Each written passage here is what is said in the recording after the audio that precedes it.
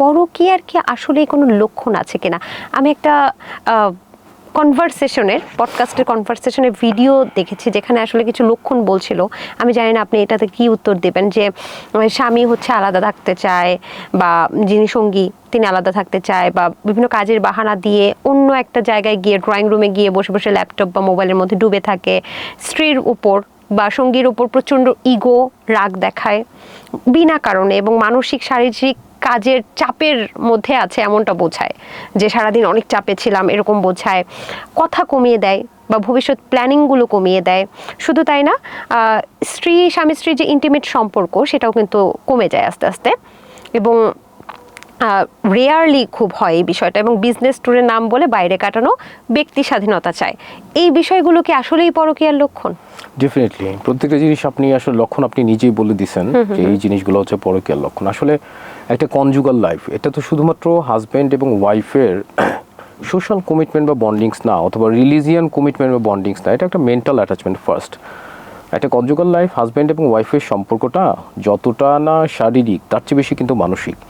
Mental dependency যদি হাজব্যান্ডের না থাকতো ওয়াইফের উপর, এবং ওয়াইফেরও যদি হাজব্যান্ডের উপর মেন্টাল ডিপেন্ডেন্সি না থাকতো, সংসার কিন্তু টিকতো না।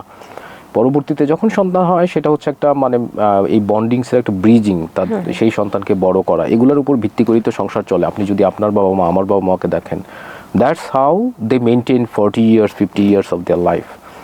কিন্তু এই যে লক্ষণগুলো বললেন, যখন একটা মানুষ বাইরে ইনভলভ হয় তখন তার কারেন্ট পার্টনার অথবা হাজব্যান্ডের উপর, অথবা যদি হাজব্যান্ড পরকীয়া আসক্ত হয় তাহলে ওয়াইফের উপর গ্র্যাজুয়ালি কিন্তু ইন্টারেস্ট হারাইতে থাকে। তাদের মাঝখানে একই ছাদের নিচে থাকলেও একটা দেয়াল তৈরি হয়, অনেক গ্যাপ তৈরি হয়, আর খুব লুকানোর একটা প্রবণতা আসে, মানে to hide myself from my husband. এখন হাজব্যান্ড আর ওয়াইফের মাঝখানে অ্যাকর্ডিং টু ইসলাম বেসিক্যালি কিন্তু কোনো গ্যাপ থাকার কথা না, কোনো পর্দা থাকার কথা না।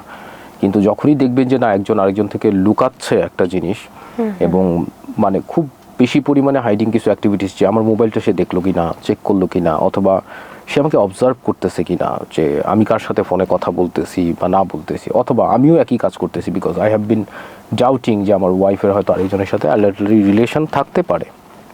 সো এগুলোর উপর বেসিস করে একটা মানুষ যখন খুব বেশি পরিমাণে সেলফ সেন্ট্রিক হয়, মানে নিজেকে নিয়ে চিন্তা করে, এবং সে খুশি থাকে কিন্তু আপনার সামনে না, অর্থাৎ আপনার সামনে আসলে সে গোমরা হয়ে যাবে, কিন্তু সে যখন একা থাকতেছে, ফোনে সময় কাটাচ্ছে, কথা বলতেছে তার সেকেন্ড পার্টনারের সাথে, অথবা যার সাথে সে এখন অ্যাফেয়ারে লিপ্ত, তখন তার মধ্যে যে খুশি ভালো লাগা কাজ করে। আরেকটা হচ্ছে যে গোপন করে বাইরে যাওয়া, আনইউজুয়াল টাইমে বাইরে চলে যাওয়া, এই প্রত্যেকটা জিনিসই কিন্তু পরকীয়ার লক্ষণ।